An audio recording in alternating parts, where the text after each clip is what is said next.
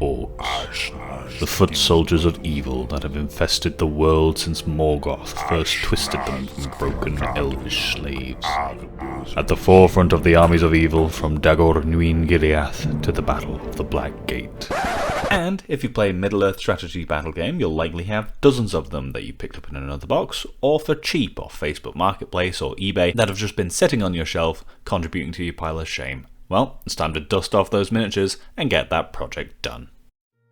One important thing to note about this video though is that this is not intended to be a step-by-step guide on how to paint orcs. This is more an exploration of how I would tackle a project with batch painting or speed painting a fairly large number of models. One of the biggest hurdles for me in getting these done is the monopose nature of these models. The Lord of the Rings line is mostly single pose kits, with the whole model ready to be clipped off and glued onto a base. This is great for assembling larger numbers of models quickly, especially if you hate putting together minis, which, for the record, I find to be one of the most fun parts of the hobby. But it means that when you have a horde of nearly identical minis staring at you, it can seem incredibly boring to paint the same one over and over. Another big hurdle to getting these done is the sheer number of minis to paint. Here I have about 35 odd minis to get through, which can be quite a lot, especially if you're not the fastest painter in the world. The solution to both of these for me is to split them into smaller bite-sized groups.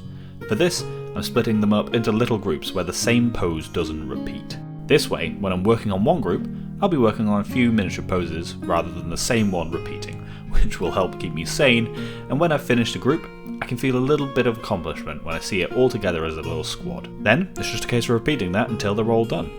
When painting these groups, we can start to introduce some variety to them in their paint schemes, changing up things like skin tone, clothing colours, and even how weathered each of the groups is. This way, along with a variety in the paint to keep us sane, when the horde is assembled, the models in the same pose will be visually distinct in their paint job.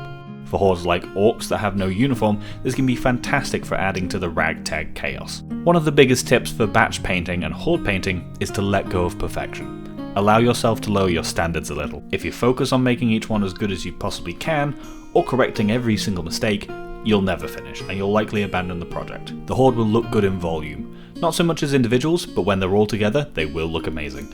And realistically, how many times are people going to really scrutinise every single orc in an army? It's absolutely fine to paint them in middling quality for your ability, and move on.